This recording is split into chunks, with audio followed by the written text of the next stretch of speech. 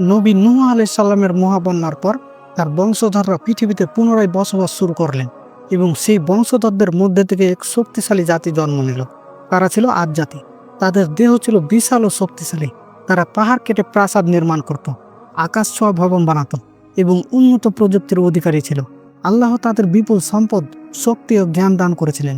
কিন্তু সময়ের সঙ্গে সঙ্গে তারা অহংকারী হয়ে ওঠে। তারা আল্লাহর দেয়া নিয়ামত ভুলে যায় এবং মূর্তি ও মিথ্যা দেবতাদের পূজা করতে শুরু করে। তাছাড়া তারা দুর্বলদের উপর জুলুম চালাতো, অন্যায় করত এবং পৃথিবীতে ফিতনা ছড়াতো। তাই ওই সময় আল্লাহ তাআলা তাদের মধ্যে থেকে একজন নেক ও সৎ মানুষকে নবী হিসাবে প্রেরণ করেন। তিনি ছিলেন হুদ আলাইহিস সালাম। হুদ আলাইহিস সালাম তাদেরকে একমাত্র আল্লাহর ইবাদতে আহ্বান জানান এবং মূর্তি পূজা ত্যাগ করতে বলেন। তিনি তাদের সতর্ক করেন যে যদি তারা আল্লাহর পথে ফিরে না আসে তবে এক ভয়াবহ শাস্তি তাদের উপর নেমে আসবে। কিন্তু আদ জাতি হুদ আলাইহিস সালামের কথাকে উপহাস করলো। তারা তাকে পাগল বলল, জাদুকর, মিথ্যাবাদী বলে অভিযুক্ত করলো। বহু বছর ধরে হুদ আলাইহিস সালাম তাদেরকে সত্যর পথে আহ্বান জানালো, তারা তার উপদেশ মানেননি।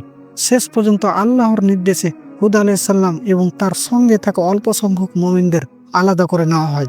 এরপর আল্লাহ তাআলা আদ জাতির উপর এক ভয়াবহ প্রচণ্ড ঝড় ও শব্দ তরঙ্গ প্রেরণ করেন, যা তাদেরকে সম্পূর্ণভাবে ধ্বংস করে দেয়। তাদের দেহ ও তাদের নির্মিত মহান প্রাসাদগুলি ধূলিসাৎ হয়ে যায়, আর সে আদ জাতির গৌরবময় নগরী হয়ে যায় নিস্তব্ধ ধ্বংসস্তূপ। আল্লাহর সে কঠিন শাস্তি আজও মানুষকে সতর্ক করে যে অহংকার ও কুফরি কখনো টিকে থাকে না।